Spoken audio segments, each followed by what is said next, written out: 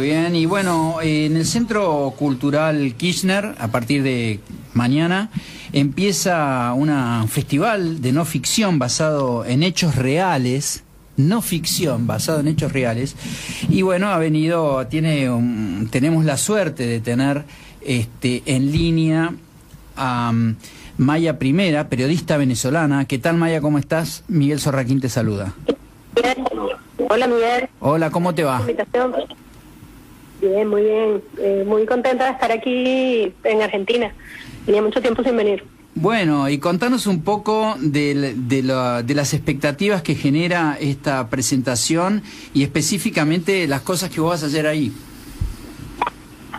Sí, bueno, yo voy a participar en dos paneles. El primero es el día jueves, a las 5:30 de la tarde. Es sobre América Latina y narrar contra el estereotipo, así se llama, ¿no? La idea es conversar allí de cómo encontrar detalles, ángulos de las historias que iluminen nuevos aspectos, ¿no? Que nos revelen cosas novedosas sobre un tema tal vez muy manido, ¿no? Allí voy a estar con Silvina Guy, que va a moderar la mesa, va a estar Inde Pomeraniec y Rocío Punta. Luego al día siguiente, el viernes, a las 8:30 de la noche, voy a estar en un panel que se llama Corresponsales entre la guerra y la paz, donde voy a conversar con Cecilia González y con Teresa Bo sobre cómo cubre un corresponsal situaciones extremas, cuáles son los desafíos, por ejemplo, cubriendo un terremoto o situaciones de conflicto como las que se han vivido en mi país este año, ¿no? Con las protestas callejeras. Y sobre todo, bueno, me contenta mucho en estos dos paneles estar entre chicas, ¿no?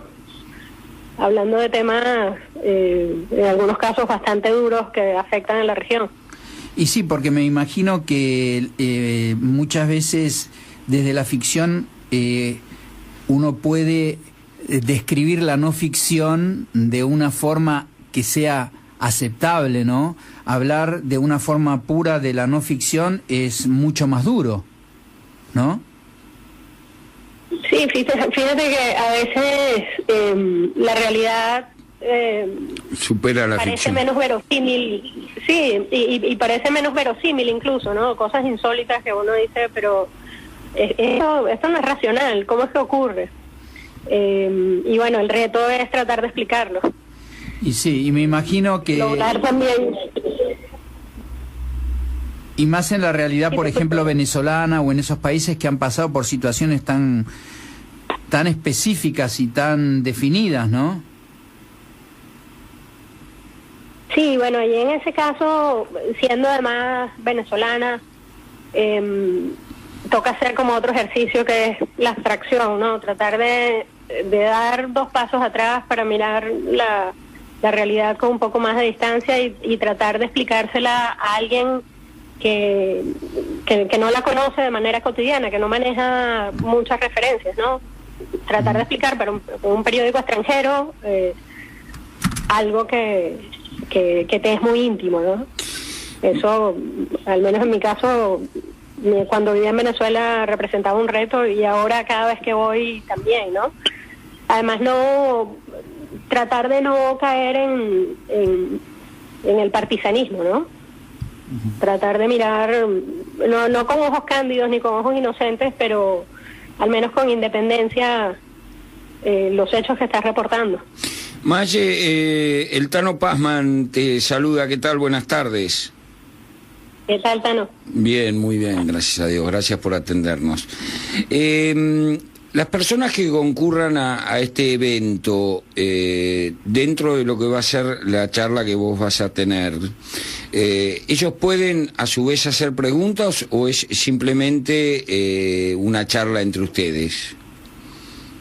No, sí, pueden hacer preguntas, claro, siempre son bienvenidas y es mucho más enriquecedor saber qué es lo que quiere saber la audiencia que está allí, ¿no? Escuchando. Perfecto. ¿Y cómo...? Y otra cosa muy importante es que es completamente gratis. Es completamente gratis. Sí, yo te quería preguntar, me parece importante este punto de que sean mujeres los que están en alguna forma contando esta no ficción y cómo es el rol de la mujer en esto, ¿cómo lo podés describir? Bueno, no sé si les ha pasado que ahora, cada vez que uno va a una escuela de periodismo, el 75% de las aulas son mujeres, ¿no? De los estudiantes, están allí. Creo que sí que hay cada vez más mujeres periodistas en el terreno. Creo que nuestro reto también es diversificar un poco las fuentes, ¿no? Me pasa, por ejemplo, cubriendo hace poco la violencia de las pandillas en el Triángulo Norte, que notaba que muchos de los relatos muy completos que se habían hecho de la región, las mujeres siempre eran únicamente víctimas, ¿no? O prostitutas, o mujeres violadas, pero nunca una fuente, ¿no? Decía, bueno, pero no hay sociólogas en el Triángulo Norte que hablen de este asunto, no hay especialistas, ¿no? Entonces, luego dentro de lo femenino también estaban las mujeres transgénero. Entonces salimos a buscar también, bueno, cómo viven las mujeres transgénero la violencia que se está dando en este momento en el Triángulo Norte.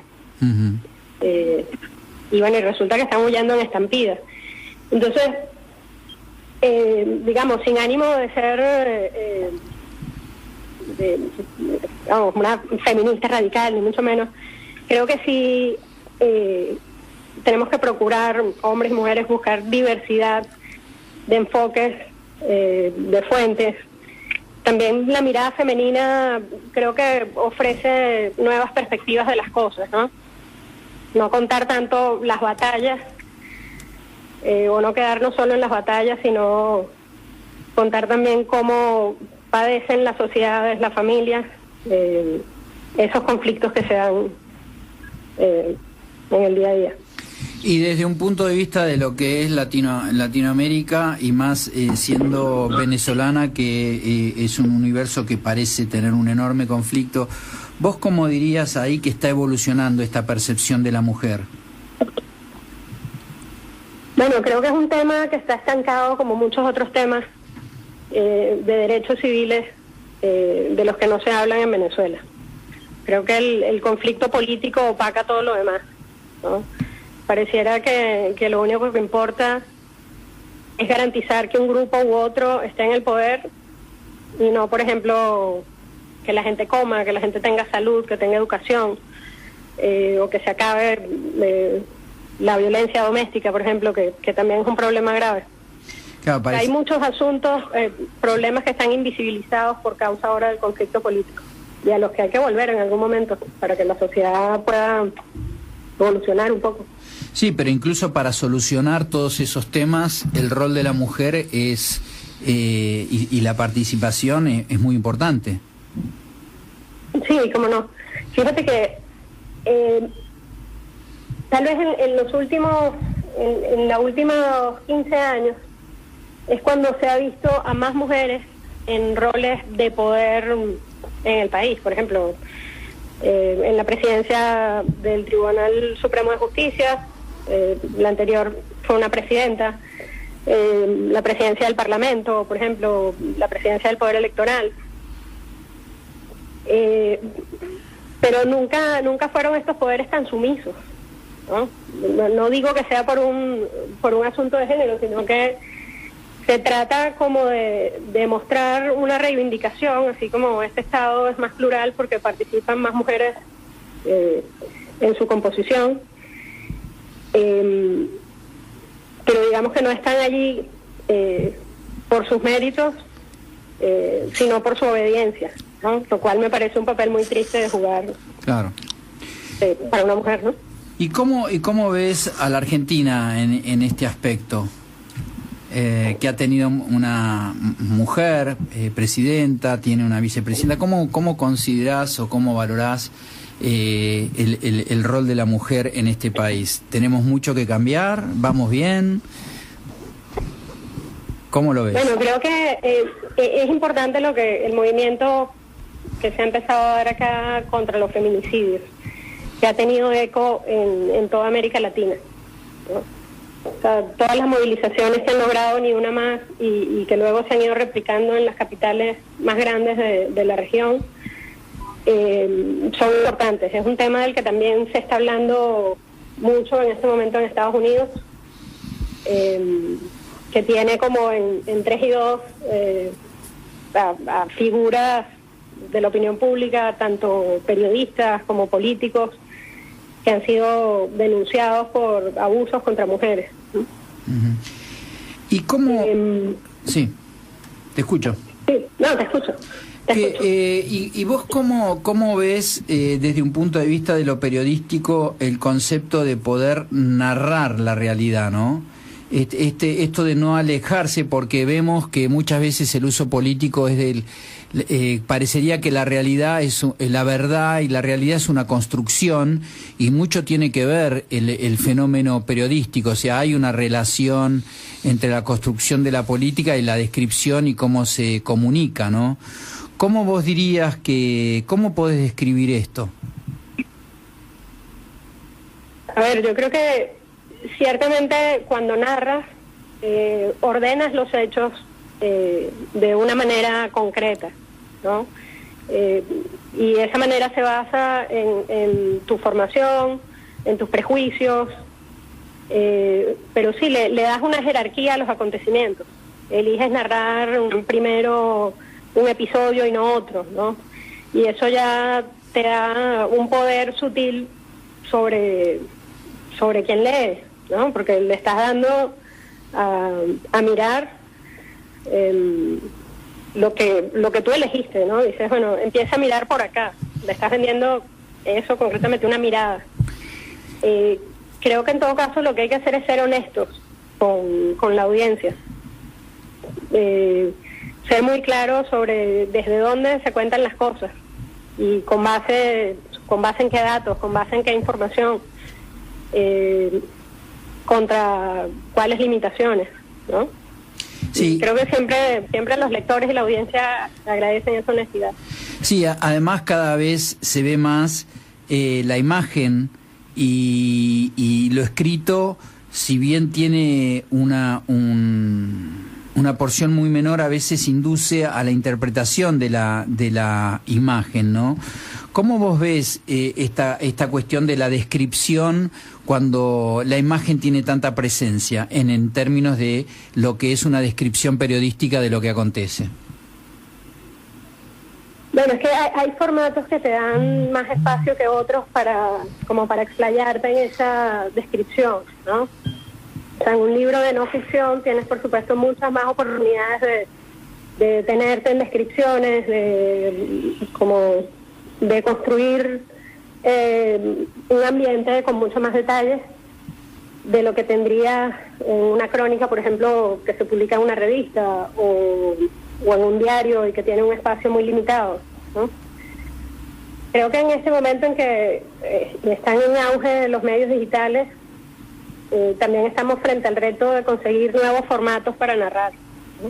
Uh-huh. Que no sea únicamente el texto, sino, por ejemplo, el video, el mini documental, las animaciones, los gráficos, ¿no? Uh-huh. Creo que el fin último, en todo caso, es llegar o conectar con cada vez más personas, ¿no? Uh-huh. Poder mostrarle a una audiencia cada vez más amplia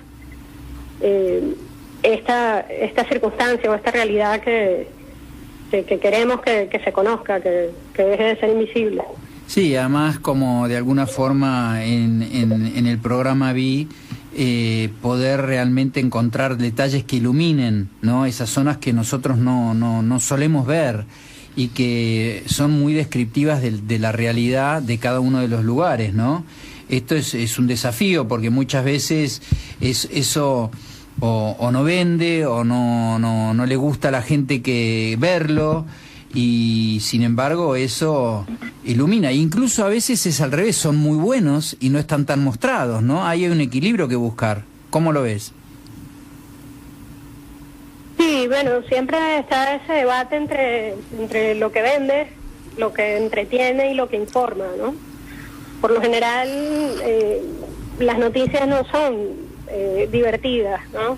no están allí para divertir al público, sino para informarlo y que con base en esa información pueda tomar mejores decisiones como ciudadanos, servir mejor como ciudadanos a su sociedad, ¿no? Creo que es un poco un deber adulto leer noticias, aunque nos espanten. Así es. Bueno, Maya... Y en el caso... ¿Sí? Sí, te escucho. Y en el caso de los periodistas, por supuesto, hacerlas más digeribles para todas las audiencias. Bueno, interesantísimo, entrada libre, una agenda interesantísima para poder entender un poco más la información que uno recibe, así que muy recomendable y bueno, te agradecemos muchísimo el contacto, Maya. Muchas gracias a ustedes, Miguel, y bueno, un saludo, espero verlos por allí.